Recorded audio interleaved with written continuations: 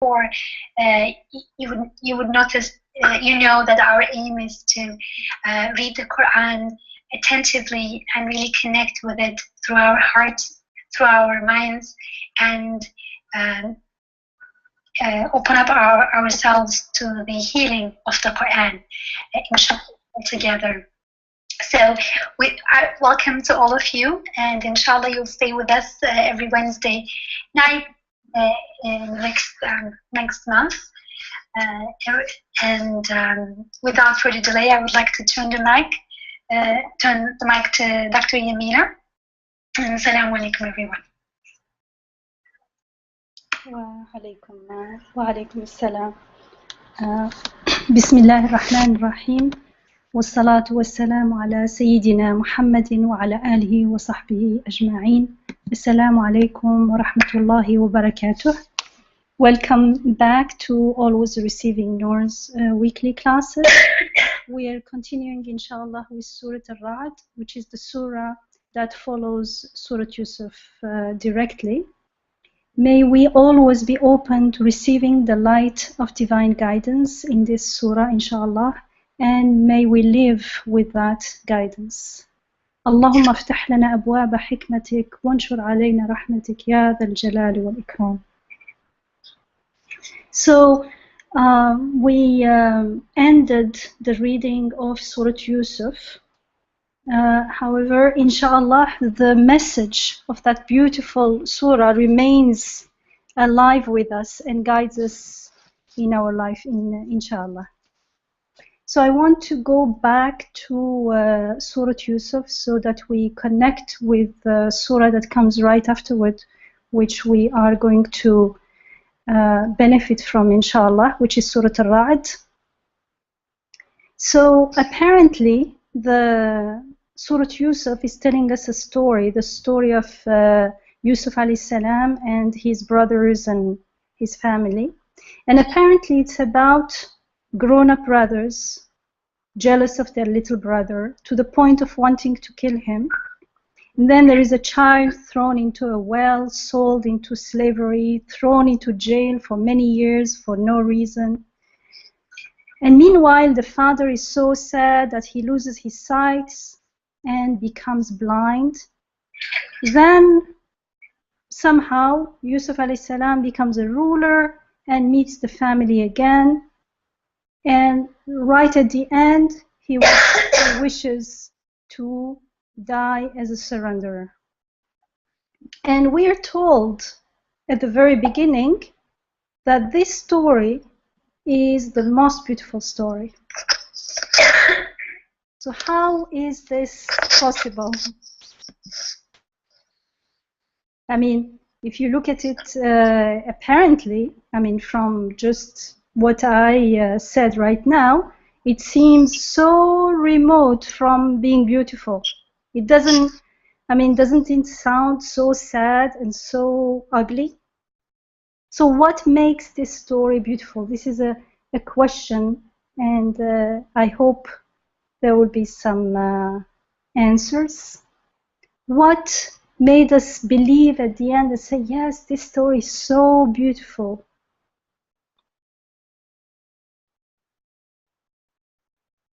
What have we learned from Surah Yusuf alayhi salam?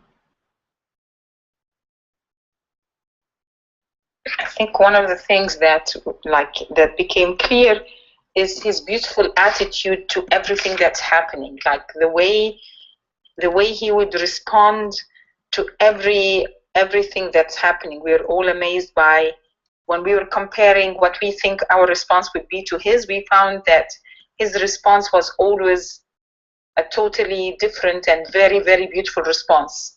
Even in the worst situations, like, you know, he'd never even mention the name of the woman, you know, when he was coming out of prison. He didn't speak about her. He said, ask the other ladies.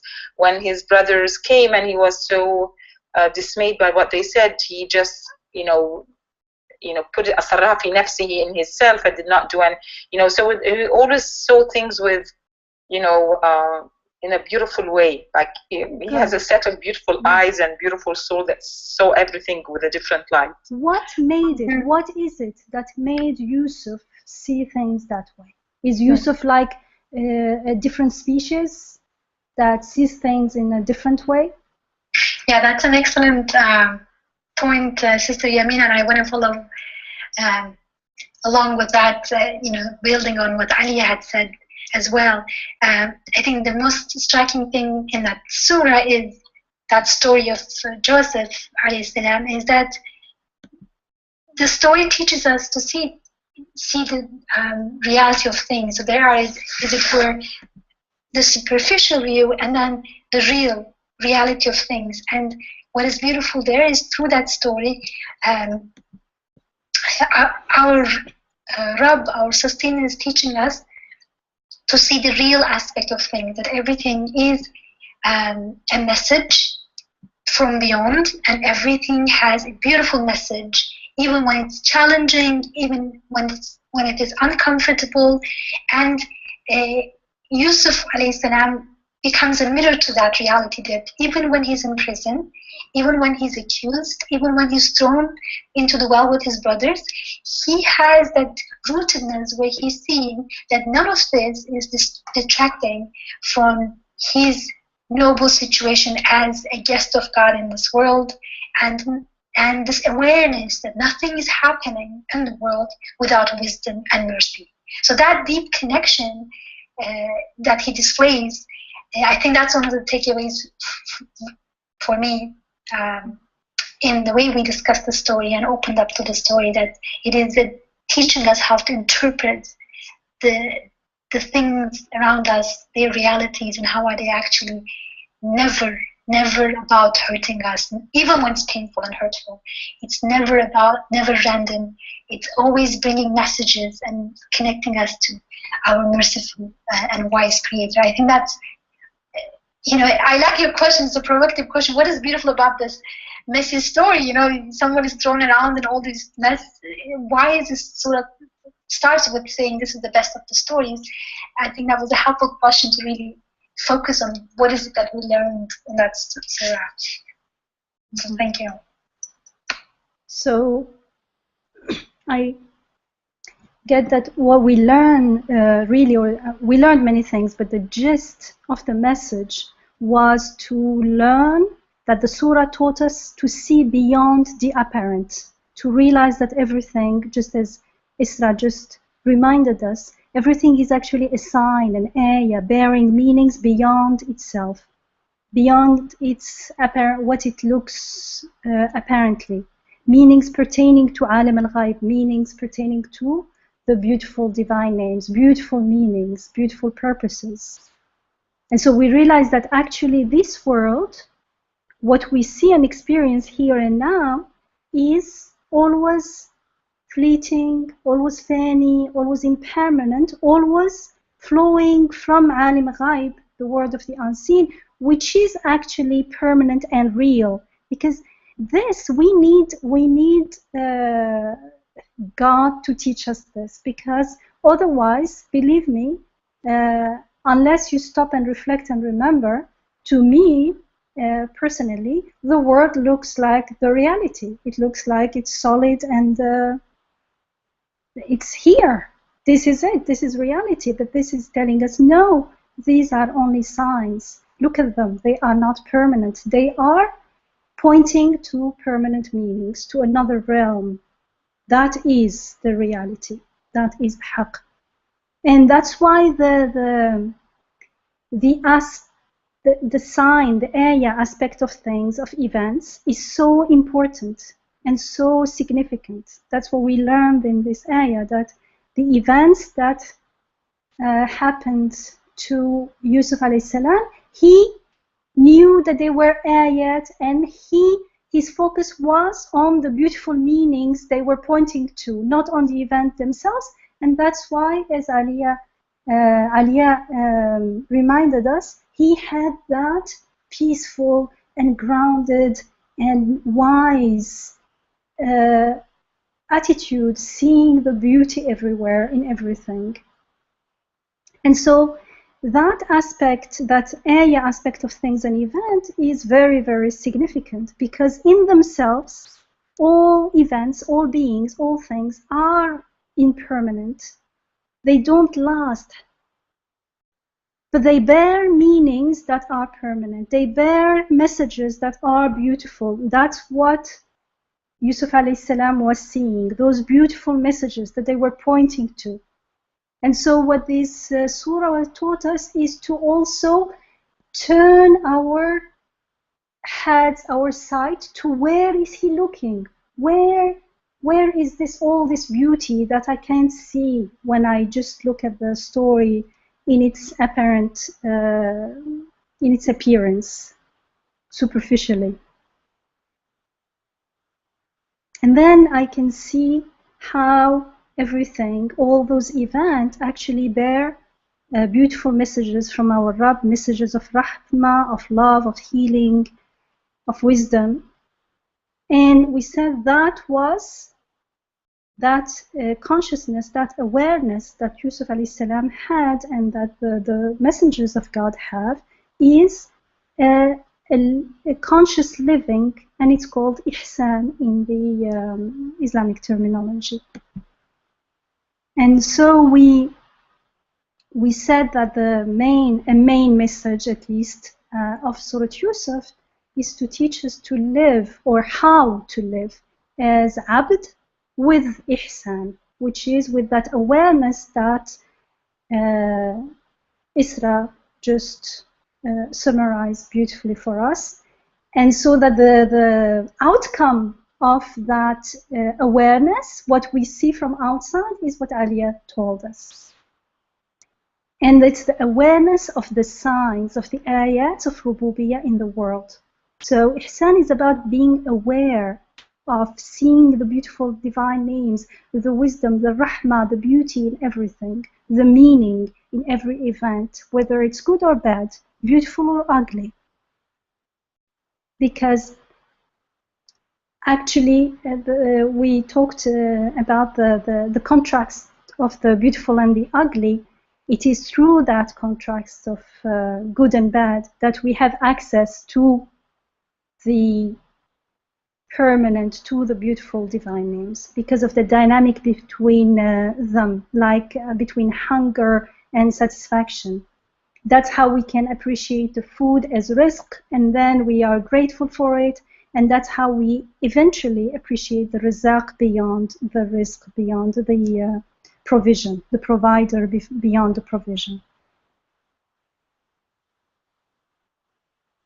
So we talked a lot about ihsan when we were listening and learning from Surat Yusuf, and we said that ihsan is about seeing the beautiful divine names, al-asma al-husna, and husna and ihsan have the same root, so there is already a connection, a sign. Again, the connection is a sign everywhere, to see the beautiful names everywhere, in the good and in the bad. And what does it mean?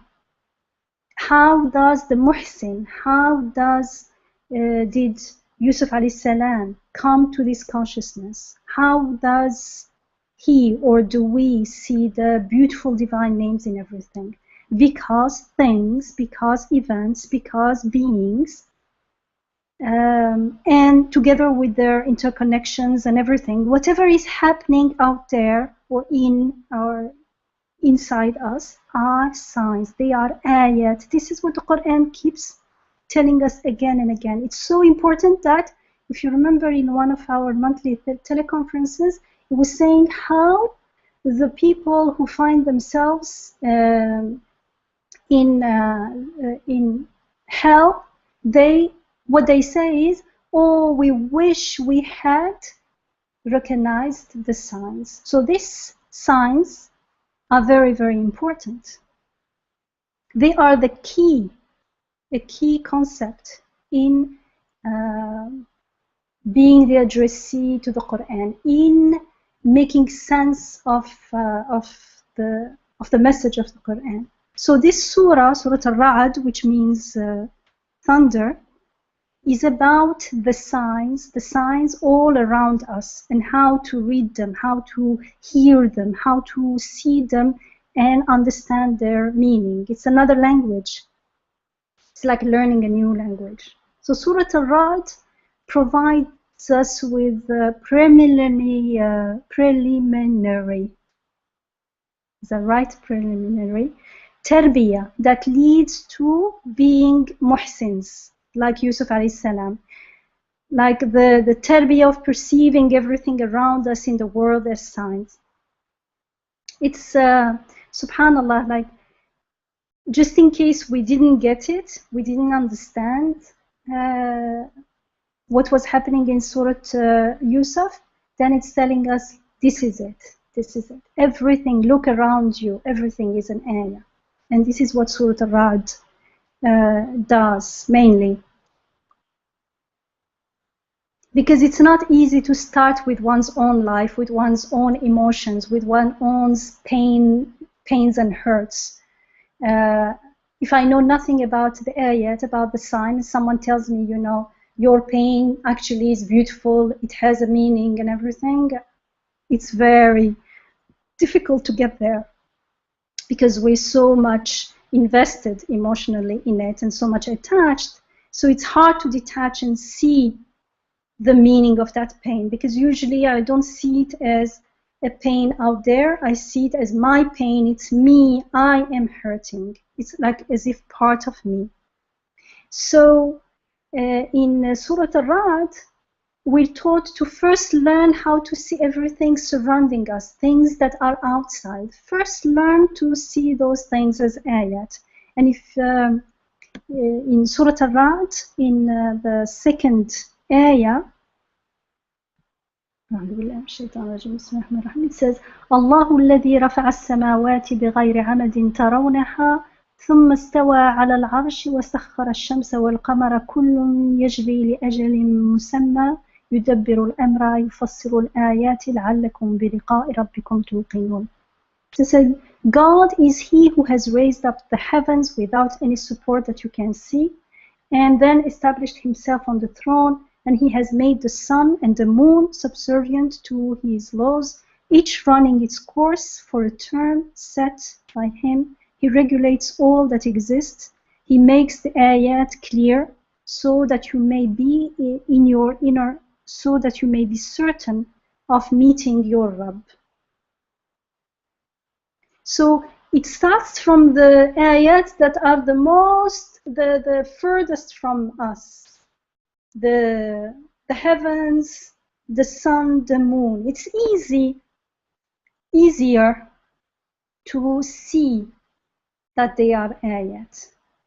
Easier than in Surah Yusuf alayhi salam, when something happens to the person themselves, unless they have already learned, unless they are already fluent in the language of the signs of our Rabb, it's not easy to realize that what's happening to me is also part of it.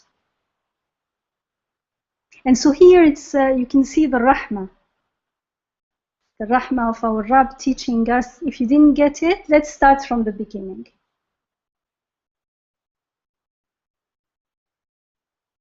And this knowing and realizing that everything is an ayah, is a sign, and interacting actually with the world accordingly is really utterly transformative. It doesn't change your life, it transforms it. It's completely new dimensions, a new way of perceiving ourselves and the world around us, as we saw in Yusuf alayhi salam's case. He could see his Rabb's rahmah and help in what seems to us like the ugliest, the hardest situations. How? Because he knew that every event is an ayah. And so when we know that an event is an ayah, what something is happening is actually an ayah, then we don't remain stuck in it. We don't see it for itself. Rather, we look at what it points to, what it signifies, what's the message coming with it. What does it indicate? And so we look at it not for itself, but as a herald, as something bearing a message from our Rabb to us. And so it's a completely different attitude, a different perception, a different interaction with the world. And you start seeing that we're there, but we never knew it could mean that, because unless we intend to look for something, you don't see it, or you don't recognize it for what it is. And then only we witness the Rububiyyah activities everywhere, wherever we turn. And that's why it says, this is how he makes the ayat clear to you, so that you may be certain of meeting your Rabb. لعلكم بلقاء ربكم توقنون. It's yaqeen is like certain, not only know, believe, have iman. No. I am sure we will, because right now I see the activities of Rububiyyah everywhere. And that's what the ayah in Surah Al-Baqarah, ayah 115, it says فَأَيْنَمَا تُوَلُّوا فَثَمَّ وَجْهُ اللَّهِ. Remember in our last teleconference we talked about Wajhullah. And so here it says, wherever you turn, there is Wajhullah. And I'm not going to translate it. It's usually translated God's face, God's countenance. But it's a concept. You have to understand it in itself. You have to understand it as to what it means, what it points to. So when do we witness Wajhullah? Wherever, it says, wherever you turn, there is Wajhullah. And how do I see it? How do I witness it? Wherever we are aware that things themselves and in themselves, they are fani. The thing themselves is perishing, is passing. And so it is not, I'm not stuck in it. It becomes transparent to me, like a mirror reflecting, enduring meanings, beautiful divine names of their maker, of their creator. When I am looking only at them, I don't see Wajhullah. I see them. I see things themselves. I see the event itself. I see the hurt itself.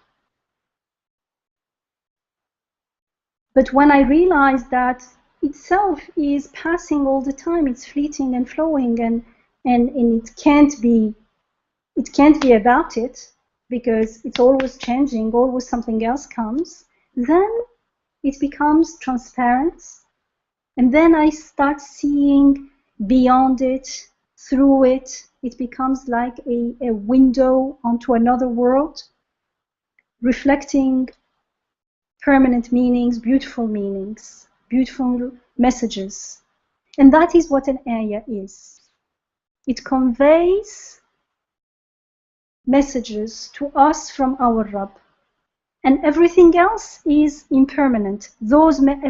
Everything except those permanent, beautiful messages from our Rabb is impermanent, perishing. كل شيء حالك إلا وجهه. Remember, last month's teleconference was about this ayah. It says, لا إله إلا هو, لا إله إلا هو كل شيء حالك إلا وجهه, which means there is no ilah, there is no deity except him.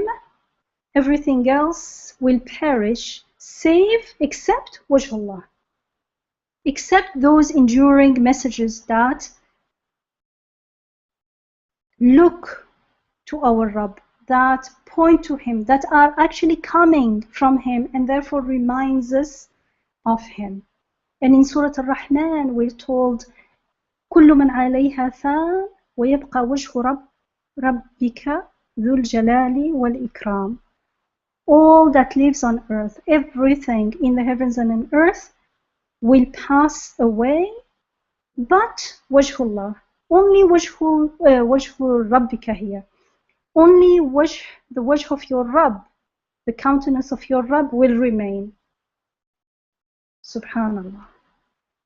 So Surah Al-Ra'd teaches us how everything around us is an ayah, and the significance of the ayat and their connection with haqq. And haqq here is reality, it's the truth and the reality, because the reality is the truth. It is the truth because it is the reality. The reality is not the impermanent world that we live in. The reality is a permanent, the permanent alim al-ghaib, where everything is flowing from and going back to. So again, this is very, very important, especially if we're going to learn anything from the Quran. I want to draw our attention to this concept of ayah as a key to transforming our lives into a life of conscious ubudiyah, a life of ihsan, like Yusuf alayhi salam, like the prophets. That's why we're reading about them, because we want to learn how they lived. And remember, so this was the main message of Yusuf's story. And at the end, we were told that most people don't believe. In Ayah 101, the story ended. The story of Yusuf alayhi salam ended. And then in 102, it says, ذَلِكَ مِنْ أَنْبَاءِ الْغَيْبِ نُوحِيهِ إِلَيْكَ. So, speaking to the Prophet ﷺ, it says, this is the news of the ghaib, of the unseen, which we reveal to you.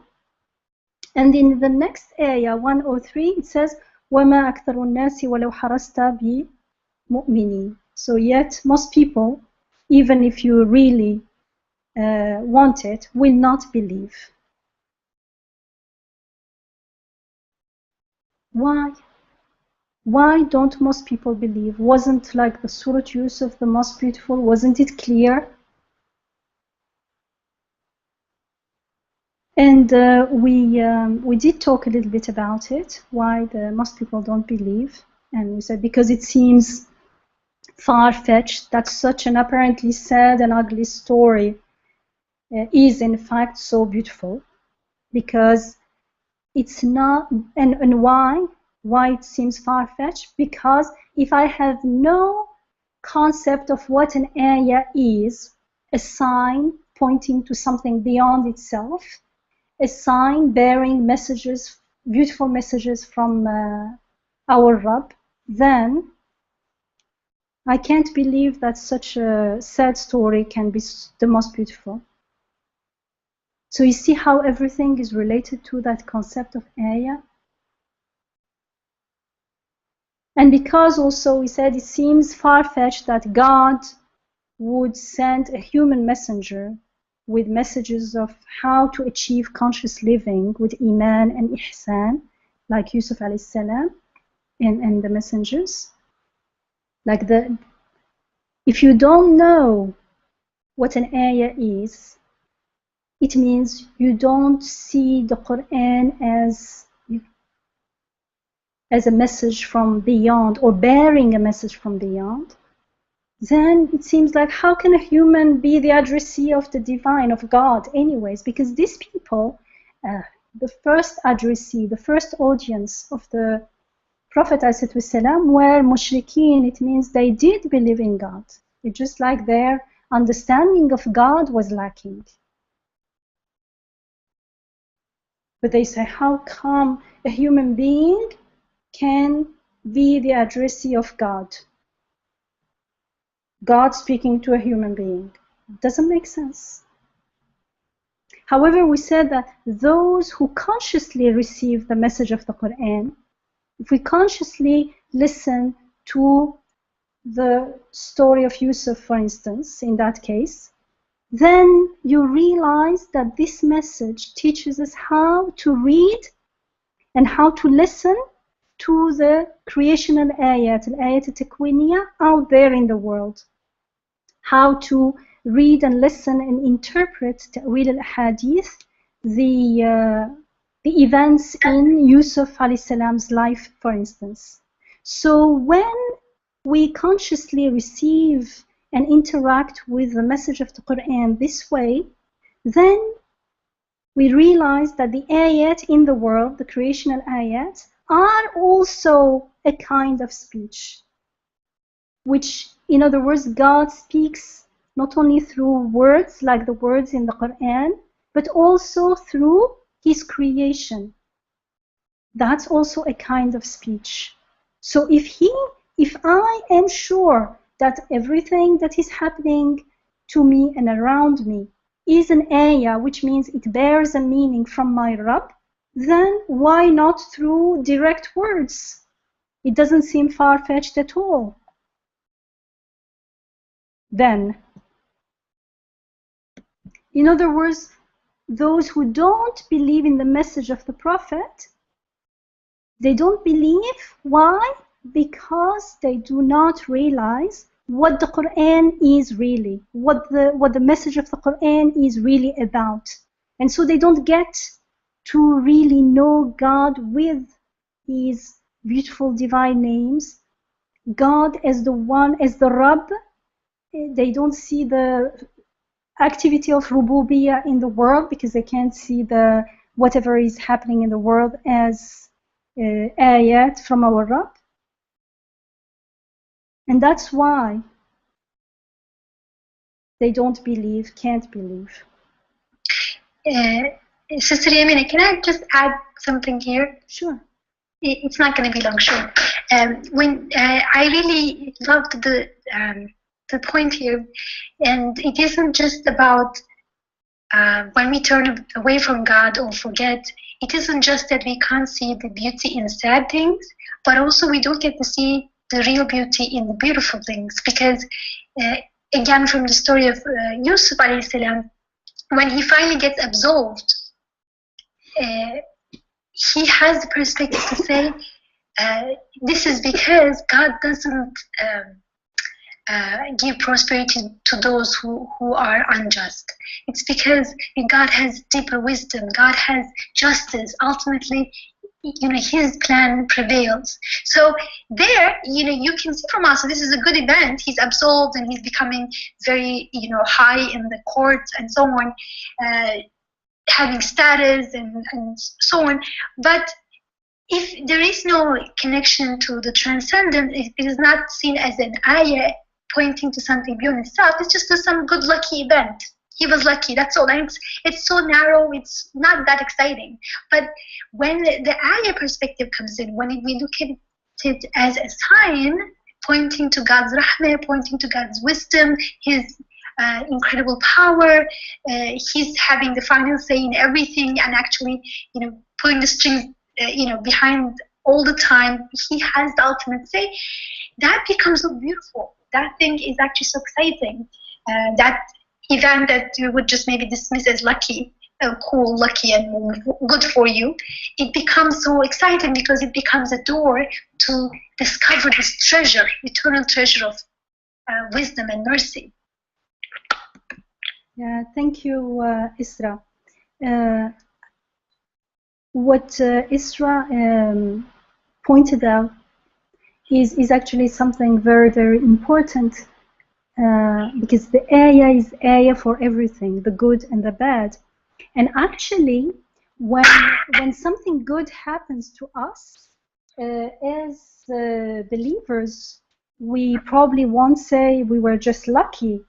We say, oh, alhamdulillah, God gave us this and that.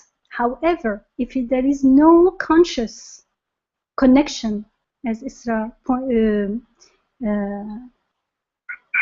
emphasized, that connection is not there. It's just a knowledge, a feeling, an acknowledgement without really without confirmation, without yaqeen, then I don't say it's lucky, I say it's from God, alhamdulillah. However, it's still all about me, and I'm still completely immersed in what is in the gift itself, instead of transcending the gift and finding the permanent goodness, which is the gifter, the giver, the provider, the razaq, which the ruh longs for. It wants that permanent, infinite, encompassing source of gifting, not the gift itself, because deep down it knows that the gift itself is fani, it's impermanent and perishable. So even when we don't say we're lucky, we may still not really interact. We may still not be interacting with things as ayat. We're saying Allah just as a habit. Maybe we believe it's Allah, but we don't know how. We never made a connection actually. And how do we know? The test for this is when something unpleasant happens to us. What do we do? If we were used to interacting with things as ayat, then you don't get stuck in the signpost. The signpost can be pretty or not. What it shows and what it indicates is what matters. But because we're stuck in the signpost itself, you see how distressed we become when something unwanted happens. And in Ayah 101, if you remember, of Surah Yusuf, Yusuf alayhi salam, just when everything was fine, when he was the ruler, when he met his family, when they reconciled and everything, what was his prayer? Not please, Allah, thank you, make this even more and forever. And no, he knows that Allah, if Allah wants the best for us anyways. Even what I desire is goodness for myself. Where did I get that sense from anyways? It was given to me. So he has full tawakkul, full trust in God's rahmah and compassion and wisdom and knowledge. And so he says, please let me live as a surrenderer, leave this world as a surrenderer. Subhanallah, look at the awareness. He is not stuck in the signs themselves. He's always aware, living that state of the spirit. The spirit is not satisfied with this fani, perishing world anyways. So thank you, Isra, for that. So here, why I stopped at this ayah 103 of Surah Yusuf is when it says that they don't believe, but most people don't believe. It's because Surah Al-Ra'd picks up right there. And so it is as though God is telling us in Surah Al-Ra'd, do you know who your Rabb is? Like, remember, Rabb is the one who we owe everything to, the one who takes care of all our needs. Even existing, we owe it to him. Now, let alone well-being and things like that. You want to know who your Rabb is? Look at the ayat in creation. And so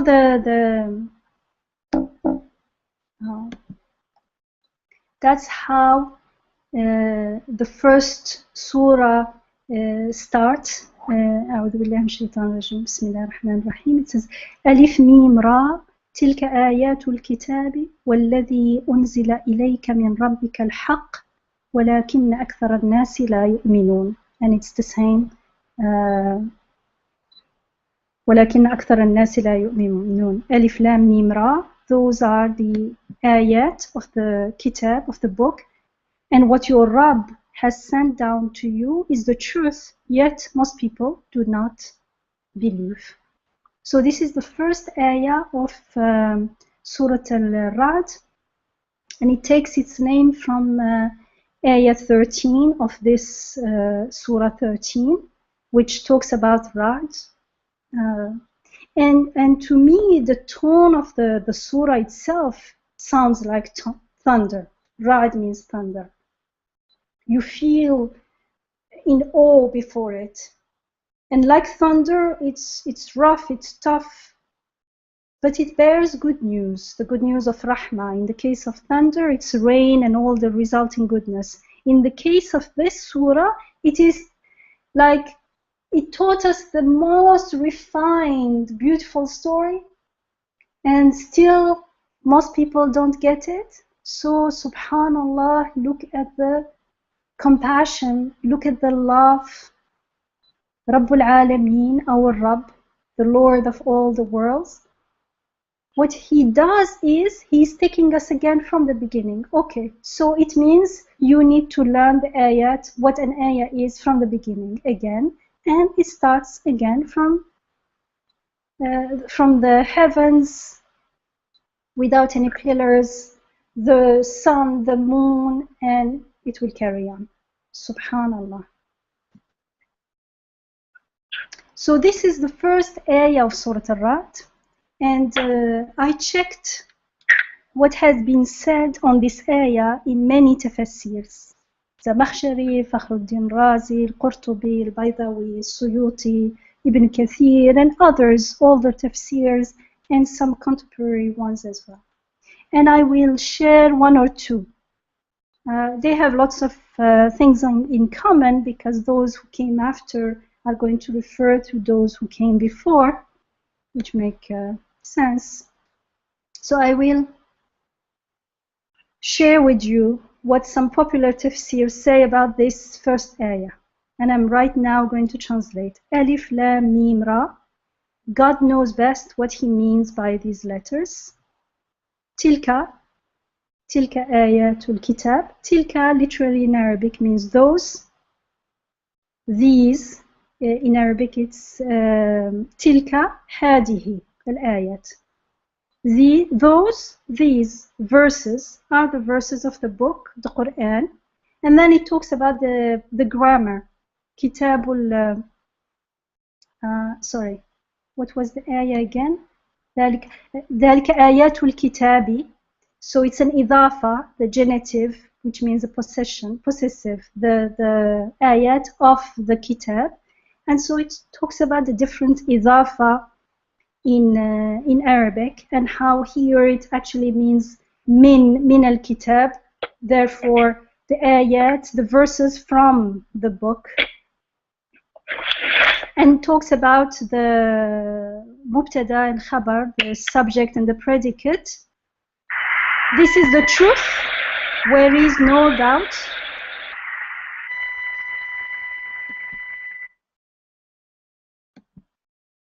Wherein there is no doubt, but most people, that is the people of Mecca, do not believe that it is from God, exalted be He. ولكن أكثر الناس أي أهل مكة لا يؤمنون بأنه من عنده تعالى. So this is you were paraphrasing from a tafsir. Yeah, I was actually almost literally translating from a tafsir. Yes. Okay, so this is how one tafsir. Yeah, and another popular tafsir says, we talked before in the beginning of Surah Al-Baqarah about the meaning of the letters that appear in the beginnings of some chapters in the Quran. We stated that every surah that starts with separate letters, this disjointed huruf al-muqatta'a, here it's Alif, Mim, Ra, Alif Lam Mim Ra, and in Surah Al-Baqarah it's only Alif Lam Mim. And it says these letters affirms that the Quran is miraculous and is an evidence that it is a revelation from Allah and that there is no doubt or denying in this fact. That is why Allah says, Tilka ayatul kitab, these are the verses of the book, the Quran, which Allah described afterwards, وَالَّذِي أُنزِلَ إِلَيْكَ and carries on.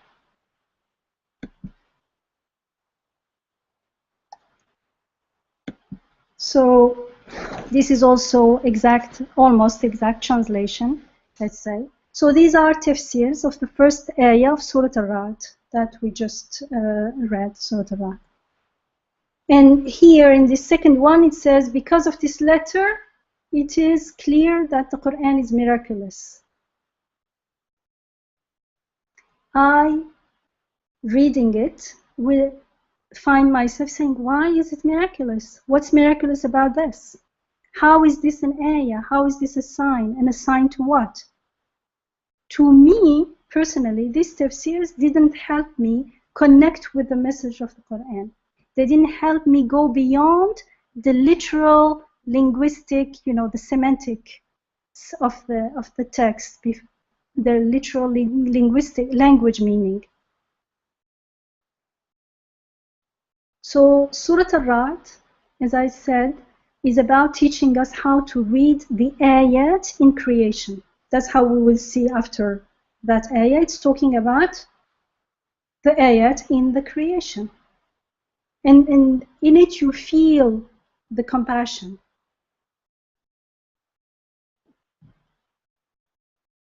Because it's taking us from the beginning, telling us how everything, look at them, this is how they are ayat. Because remember when we were reading Surah Yusuf, we didn't get to know exactly what made. We knew they were ayats. We got the meanings that they were pointing to, but some of us may not know how to actually interpret the ayat, how to actually take one thing and decipher it so that I see what it is pointing to. This is what Surah Al-Ra'd is doing. Subhanallah. MashaAllah. Assalamu alaikum. Can I say something? Yeah. The huruf muqatta, the alif lam ra in the beginning of the surah reminded me of the beginning of Baqarah, where the angels question God about the creation of Adam. And God reminds them that the knowledge and wisdom of the worlds belong to God only, and that we do not have access to all of that. And we do not know anything besides what God has taught us. So I feel like the letters in the beginning of a chapter reminds us that we cannot understand the meaning and the wisdom of everything, and it humbles us, and it reminds us our limitedness, and that we cannot comprehend all. Yes. And to connect with Surah Yusuf, for example, in the beginning, when Yusuf sees the dream, or when he falls in the well, he doesn't understand the full meaning or message that will unfold from that until later in his life the events unfold. But even then, when he doesn't know the full meaning, he trusts that there is a meaning, that it is a message, and that there is wisdom, even if he may not understand it fully. So I feel like that the letters in the beginning reminds us that because our knowledge and understanding and wisdom is limited, we have to trust that there is a message beyond, even when we cannot fully comprehend it, like with the events in our lives, or with the events in nature, in creation. That's all I wanted to say. Yes, thank you. Yes, thank you. Exactly. Yes, that's absolutely true. Yeah. So now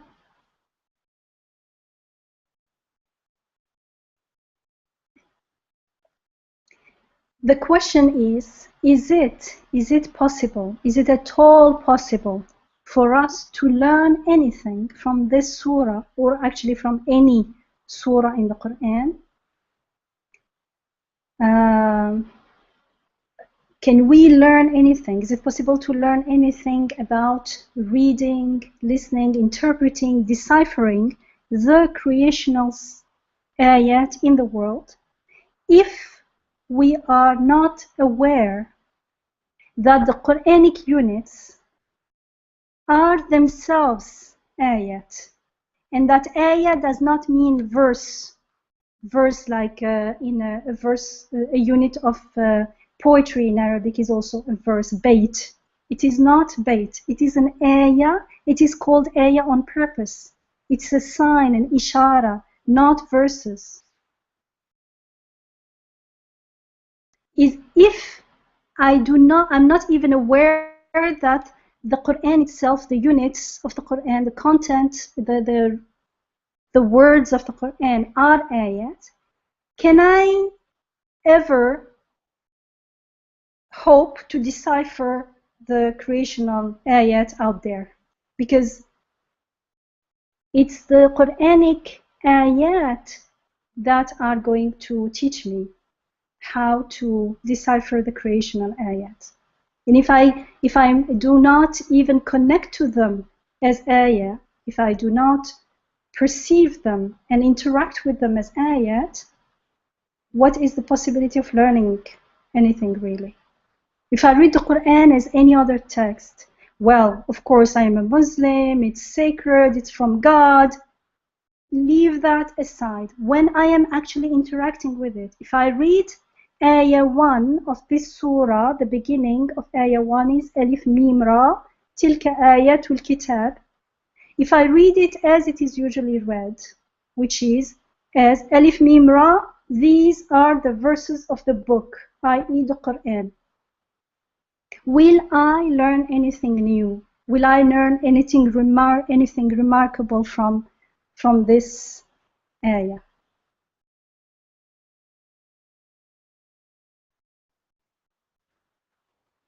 So it is important that we do not approach the content of the Quran as verses.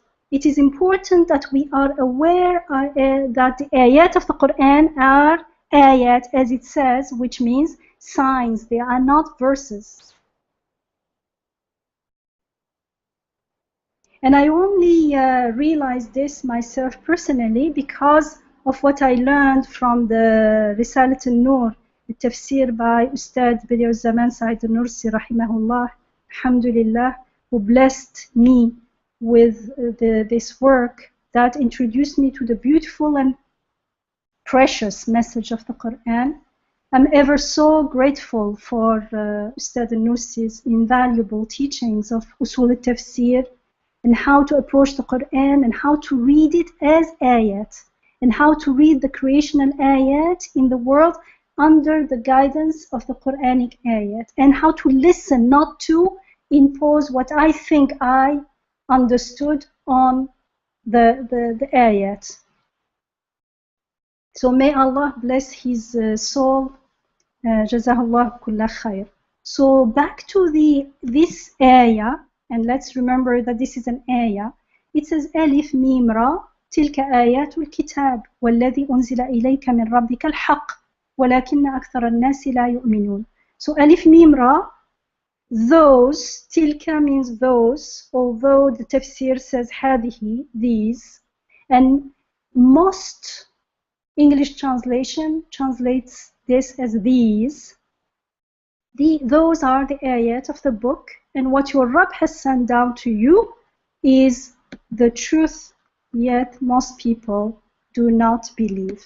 So this huruf al-muqatta'a, the Alif Mim Ra, once I was listening to a scholar making a tafsir of another surah actually, that started with disjointed letters like this, because there are 29 surah that start with letters like this.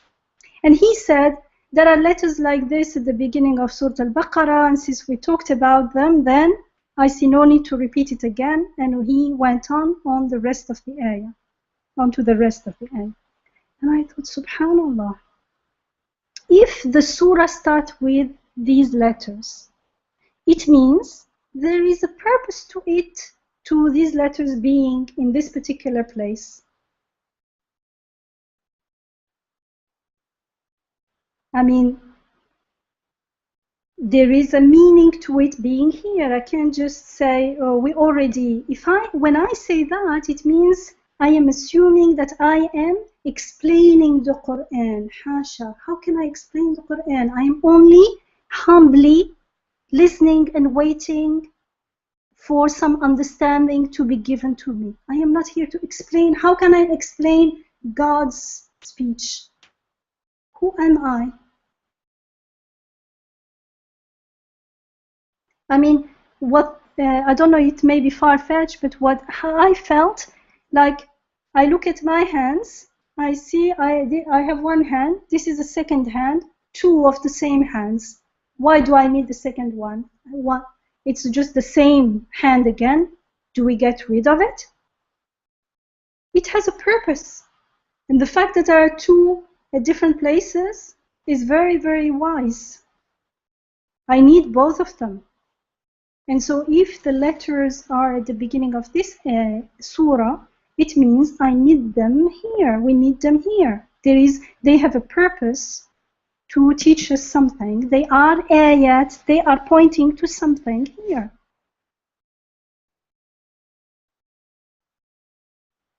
And usually if something is repeated, it doesn't mean that we can overlook it, because repetition is not superfluous. It's usually quite the opposite. Repetition usually means that what is repeated is very important.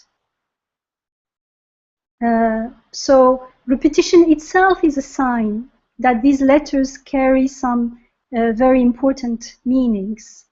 Like, what are the things that are activities that we repeat in our daily life? We eat every day, we drink water, we breathe.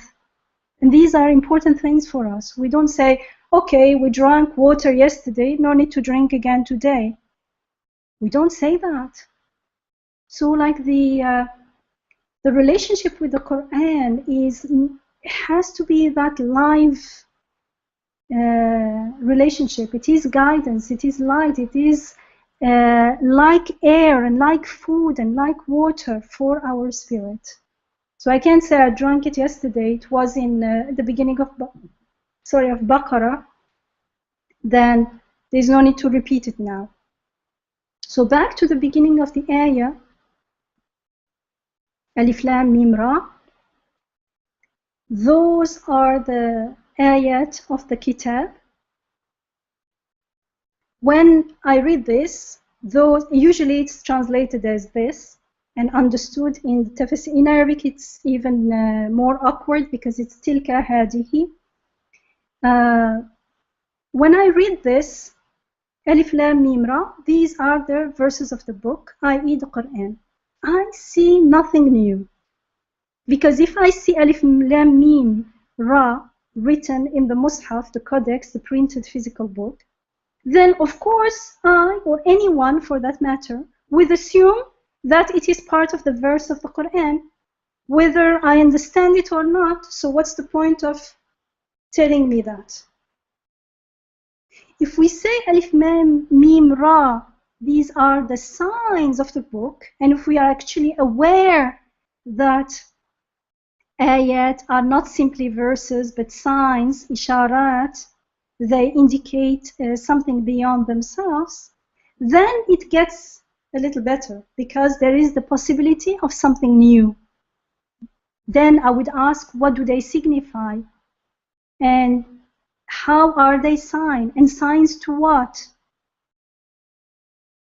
And what is remarkable about these huruf al-muqatta'a, like when we were reading them at the beginning of Surah Yusuf as well, is that they are pure signs. Pure in the sense, I can't find another word to express myself, but I mean in the sense that they are transparent because they really have no significance in themselves.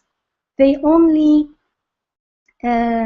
meaning comes from what they may indicate or what may be attributed to them as signs. In themselves, ALMR. They have no meaning. So they are not like obstacles or like veils to us. We can't get stuck in the word, in the letter itself. When they are nouns, words, we may get stuck in the word itself. when it says a najm in another ayah, for instance, people was a najm, is it the star or is it the star shaped plant, or, and then we get pages and pages written on that, with that we're forgetting that it's a sign. Here we can't do that. So that's how, in a way, they demonstrate what a sign is about. They embody the sign function clearly. For instance, if we take the example of signpost, it has some physicality. There is something and writing on it. But the spoken word is more transparent, less physicality, and so less likely to become an obstacle or veil to the signified message.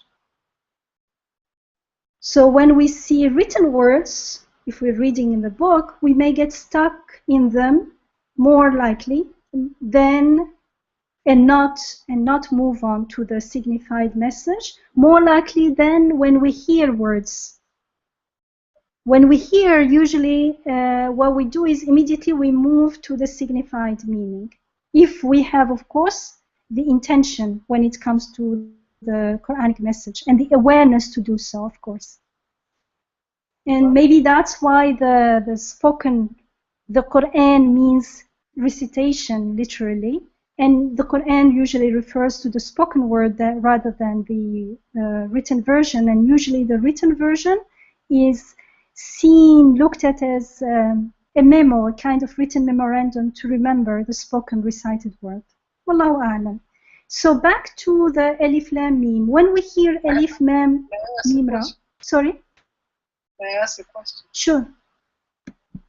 Now you said that it's a pure sign because our understanding would not be constrained by another meaning that these words would carry, because these words don't carry any such meaning. Mm-hmm. But if I don't understand anything from it, Alif Lam Ra, Mim Ra,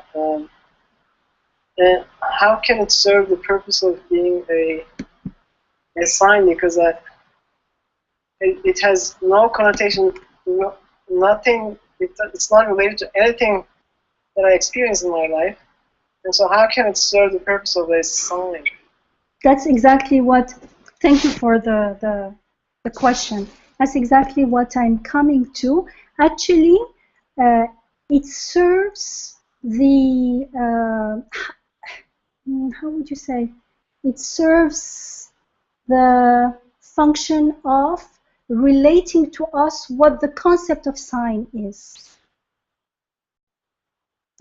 So, for instance, when we hear Alif Lam Mim Ra, as you said, it doesn't mean anything to me. Personally, it feels to me like they're shaking us and drawing our attention to something different. Like suddenly you hear, like, what is this? It's like telling us, stop taking words for granted. If it said, instead of ALMR, apples, lilies, mangoes, and things like that, we say, oh, okay, I know them. Here it says, no, no, no, you don't know, you think you know, stop. Stop. It's like interrupting our taking for grantedness. Okay, and yeah. Why is it not another three set of letters, either in Arabic or Chinese or Korean? I mean, why these letters then, these three letters, or four? No, I have not finished yet. There are other, it made, of course, people stop and think about all the combination of the letters in the Arabic alphabet. Some people think that they may be initials of the divine names. Whatever they thought, and people wrote lots of things about them, whatever it is, you can never be sure that this is what they mean exactly. And that's exactly what a sign is. A sign does not mean the thing it is. It points, for instance, if it was apple, we think we understood. No, we don't. Unless I understand that an apple is rizq, is providence, and it's a provision, sorry, and it is pointing to the provider. That's the sign function, is that it is pointing to something, a provider that creates, that gives shapes, that feeds me, and things like that. So, of course, I am not saying that here we are going to have a whole workshop on the huruf al-muqatta'a, but I'm only looking at that aspect of things that look to the sign function, which is very important in the Quran and especially in Surah Al-Ra'd. So what it is reminding us is that everything is not under control. We don't know everything. We have not figured it all out. So because it's very unusual, it's an unusual speech, especially in spoken language. You don't say alif, mim, ra. You don't spell things when you are speaking. You don't say A, L, M. So it interrupts our habitual way of looking at language especially, and invites us to reflect on what a sign is. Is it the only hikmah, the only wisdom in this? No, by all means not. But I'm saying one important aspect that is relevant to understanding the Quran, to understanding Surah Al-Ra'd is this. And because it's unusual speech, then it's like stretches out our conventional limits. It makes us realize that there are things Esma was mentioning before that are beyond our reach, beyond our knowledge. And it puts us in our place, if you can say, and reminds us that we are very limited beings with very limited resources and certainly very, very limited knowledge. Actually, whatever knowledge we have is given to us. سبحانك لا علم لنا إلا ما علمتنا. So we are in need of guidance. It makes us realize that, hey, it's not like I'm reading the Quran and I will understand. No, I need guidance. I need wisdom. We are in need of knowledge being given to us. So it wakes us up from the illusion of knowing, and especially the illusion of understanding. And in a way, it's teaching us integrity and authenticity and going back to who we are, realizing that I don't understand. I only say I understand as much as it is revealed to me, if it is right. It could be, it may have been revealed, might have been made clear to me, but I didn't get it, or I just imagine that it's not even the truth, what I think is the true meaning. So I have to always be in that state of istighfar, and that state of prayer, and asking for guidance from our Rabb. So what I understood from what you said is that these disjointed letters at the beginning are a special kind of signs, but you said pure sign. In other words, it's a different kind of sign. It's a sign about signs. So it's a sign that tells us how to approach signs. In that sense, I think you use the term pure sign. Yeah, in the sense that it's an embodiment of the sign function, of how a sign functions. It shows us the function of signs. And that's why Ustad Nursi uses the harfi versus ismi, because the harf versus ism. And I don't want to get into the details here. We may have a teleconference on harfi and ismi because it's so important. I feel that this in itself, putting these letters here at the beginning, is compassionate teaching, performed right here and now. If only I intend to be present with the message of the Quran and follow its guidance. And I only follow its guidance when I feel the need for it. And I only feel the need of it when I realize my limitedness. Rather than assuming that I understood just by reading the literal meaning and studying the semantics without awareness of the signs and the semiotics. So this humbles us. Yes. I like the humbleness, because I'm just imagining, as the comment was about, what about if they were Chinese letters or whatever. I'm just imagining when the Quran was revealed, it was revealed to people who took so much pride in their mastery of the Arabic language.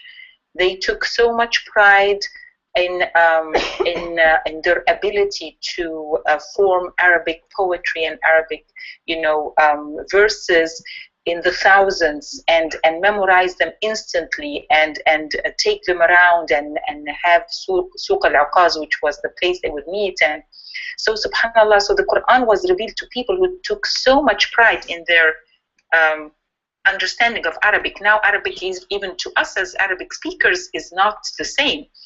And so you can imagine when these letters were revealed to them, you can imagine like all of them looking at each other and trying to understand, what does this mean? Because we have like all these beautiful tafsir that you have been referring to, people later on coming to try to understand things that people at the time just understood, basically, as it was revealed. So it's that shaking, is that shaking of don't get stuck into the words that you think you understand, because there's something beyond. And what came to my mind as you were saying, whether it's 2 letters or 3 letters or 4, that God in Surat al-Kahf was saying, some people say that they were 3 and their 4th was their dog. Some people say 4. There were and he did not tell us how many they were. But when he wanted to tell us how many years, he said 300 years and added 9, so 309.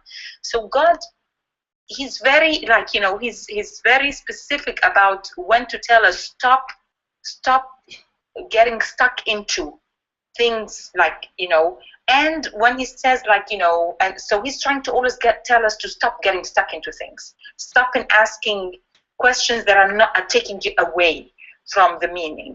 And if we can just see the people at the time who were listening to this Quran, and then to us again listening to this, this big message of, don't think that be humble, don't think that there's something beyond the letter than the word, and just like you're trying now to understand what's beyond the letter and the word, and there's a lot of people, a lot of books have wrote chapters and books about what these mean, but the whole idea is there is something beyond there, and if you want to understand, it is beyond there. I like that humbling, and I like the sister's reminder of the humbling even in front of the angels who thought they understood everything. That idea of be humble, there's something that you need to understand beyond that. So the literal meaning is actually a sign to the message of the Quran. And so, as we've just been also reminded, the letters like Alif, Mim, Ra here, this kind of speech is teaching us what an ayah is. And an ayah, again, is something that has no meaning in itself. It doesn't mean that it has no meaning. No, in itself. The meaning, its meaning is a sign to a message beyond itself. That's what it means.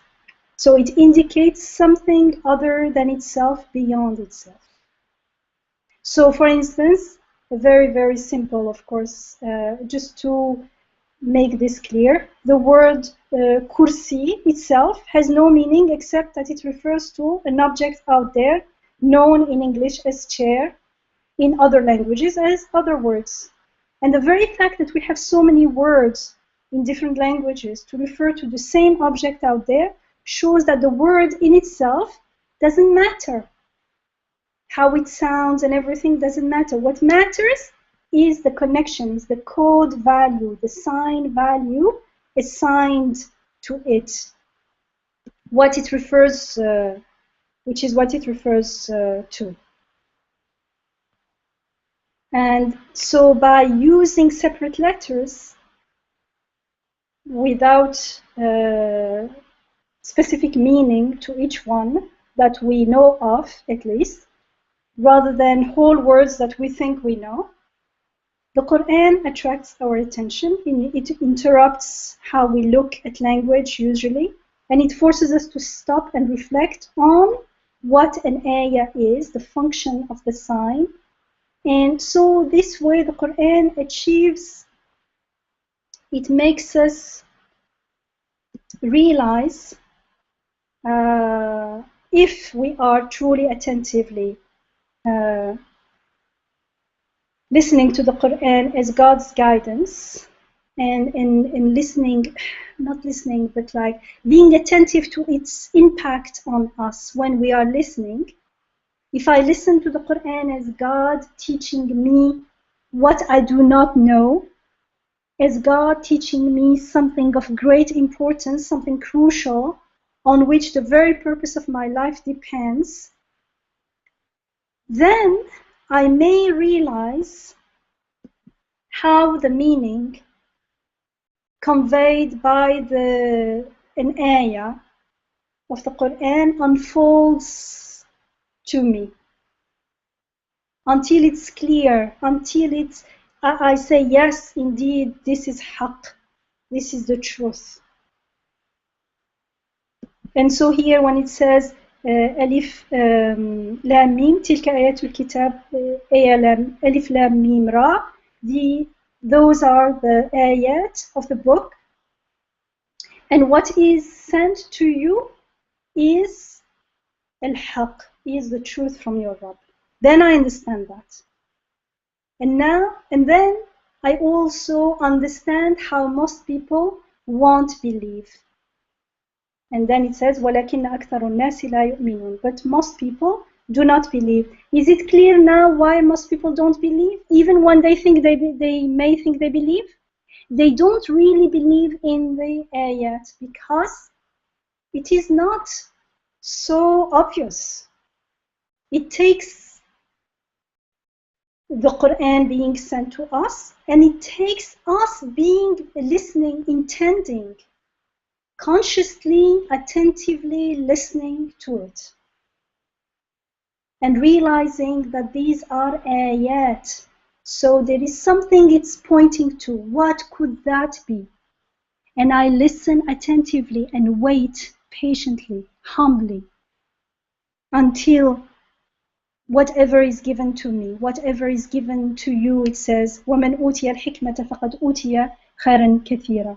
What hikmah, that wisdom, is given to us. It's not something that I produce or I understand, or it's something, it's a gift.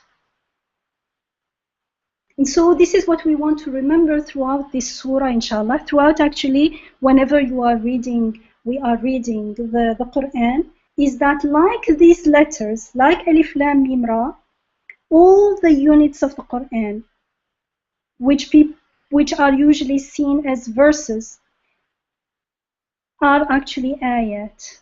And all the units of Surah Yusuf and all the units of Surah Al-Ra'd that we have now started, inshallah, are ayat, are signs, including all the natural phenomena that this Surah Al-Ra'd talks about, as we've seen in Ayah 2, the heavens, the sun and the moon.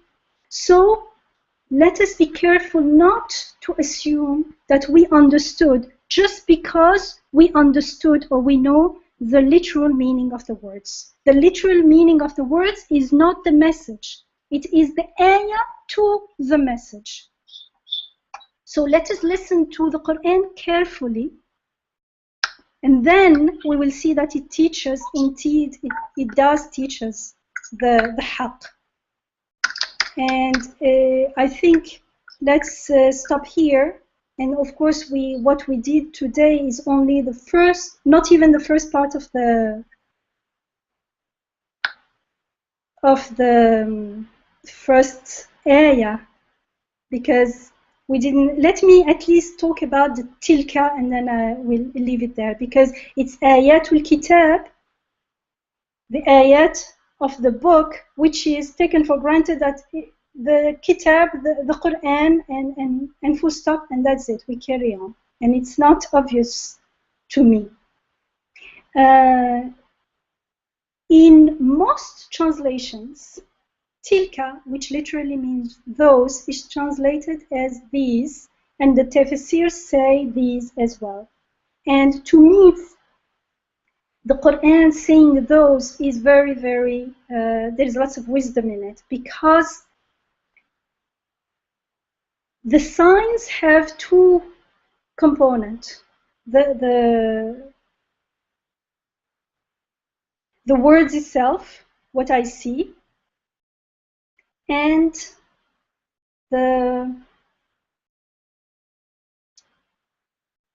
it's called the signifier, and what they point to, the message that comes from our Rabb, what is signified. If I let's take a very simple linguistic example to make it easier. Let's say I go to a shop, and on the window there is a signpost, and on it there are words open. What do we understand?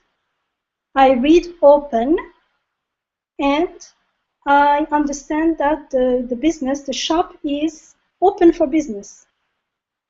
In that context, that word means that.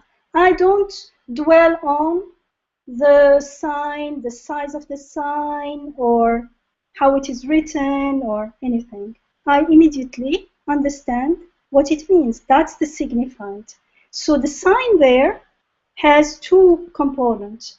The written word, open, which in English has a specific meaning, and the signifying message, which in this context is that the shop is open for business.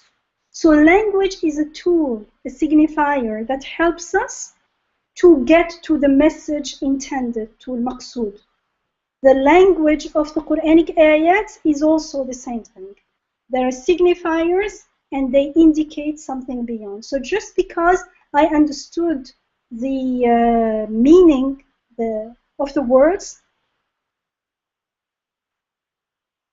it doesn't mean that I understood the sign, because I have not yet, I don't know yet what they signify, what the message they point to is. So when I say these signs, from one point of view perspective, it's right. These signs, I see them written. If we're taking about the written text, if you're talking about the spoken word, the word that I hear, these are the signs of this book, the book that I have in my hand, it seems. From one perspective, it's true. However, then so what? What do? I already know that. There is no need for revelation, for God to speak to me to tell me that. No, God doesn't say hadi. He doesn't say. He says those are the signs of the book. And when you say those, you say where? Those, where? Like not here, somewhere else. And then it attracts my attention to something else, to something beyond what I am already, what I see at first sight. There is something else that I'm not aware of. And so when it says those, it's as if Allah is drawing our attention to what we're not aware of, the signified message that these ayat are pointing to. But if I'm not aware of the ayat, of the units of the Quran as ayat, as sign, and I do not pay attention, and then I think that those means these, and then I'm most likely to conflate the signifier, the linguistic meaning of the Quranic unit, with the signified message, and I think that's it, I got it, finished. And then in my perception, the Quran would be a book, and its sacredness would be taqlidi, imitative, because we're Muslims, so of course we believe it's from God, and it's miraculous, as we were told in the tafsir. Why is it miraculous? Like, what if we were not Muslims from the beginning, like the Sahaba, like the Prophet ﷺ? Would we still listen to the Quran as it is presented to us in these tafsirs and take it seriously and follow its teaching? What teachings anyway? Are we actually following the Quran's teachings when we're not even aware what an ayah is? When I think that the the signpost part of it, let's say, the signifier part of it is all of it. When I'm unaware of the signified, that there is a message beyond it, and that what I see is only the tip of the iceberg. Can I really be following the teachings of the Quran when I'm not aware what the Quran really is, what an ayah really is? So it is, I think, very, very important that we read the ayat, as signs. And so I'll stop here. And of course, we only got to Alif Mim Ra Tilka Ayat. And we will carry on with Ayatul Kitab. What is this Kitab, inshallah? And how is it related to Unzila ilayka min rabbika? So, سبحانك لا علم لنا إلا ما علمتنا إنك أنت العليم الحكيم وآخر دعوانا الحمد لله رب العالمين. Thank you, and may Allah make this reading of Surah Al-Ra'd a means of blessings and barakah for all of us, inshallah. Thank you. Ameen, and thank you very much, Sister Yamina. We did also touch on the second verse a little bit in the beginning, and inshallah we'll get back to it next time as well. Thank you everyone for joining us tonight, and inshallah we look forward to another session next Wednesday at 9 p.m. Eastern Standard Time. Because we're almost 10:30, I hesitate to open the floor for any questions or comments at this time. What do you think, Sister Yamina? It's really up to the audience, really. But since everyone is quiet, can I just say something, please, Isra? Sure. Yeah. You know, subhanallah, as you were speaking, Yamina, you know what came to my mind, to my heart, is like, you know, the first revelation, the first revelation. Subhanallah, Allah subhanahu wa ta'ala was teaching the same message to Prophet sallallahu alaihi wasallam. So when the angel came in and told the Prophet, Iqra, you know, the Prophet understood Iqra is to read letters, and he said, Ma ana biqari, I don't read, I'm illiterate. And then Jibreel would squeeze him. It's like, no, it's not this one. And then he would say Iqra, and then the Prophet would say, Ma ana biqari, I'm illiterate. And then Jibreel would say, no, it's not this one. Squeeze him again, Iqra. And he would say, Ma ana biqari. You know, and then after that, you know, it becomes clear. Then it's like, Iqra bismi rabbika alladhi khalaq, in the name of the one who's created. And he created, and then all of a sudden we see like created khalaq al-insana min alaq, like, you know, this like zygote, like, you know, like scientific terms.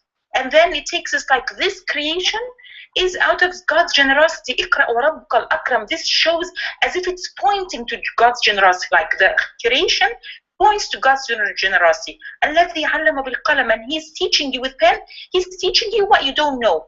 So then we go from what the Prophet taught, that it is to read literal words, that to understand, no, it's not about reading literal word, it's reading the creation and understanding that the creation is a sign of God's generosity, and understanding that God, out of his generosity, is giving us the means of knowledge.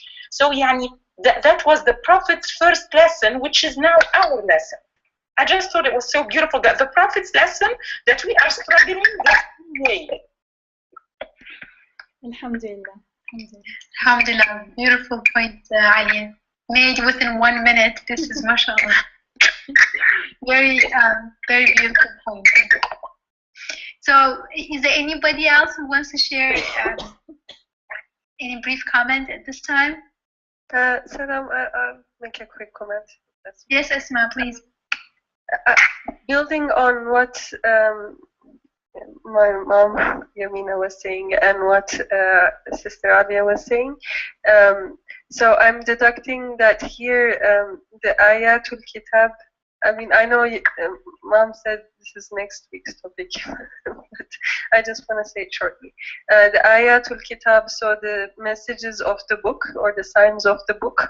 So this book could, judging from the next verse that talks about the heavens, Samawat, the skies.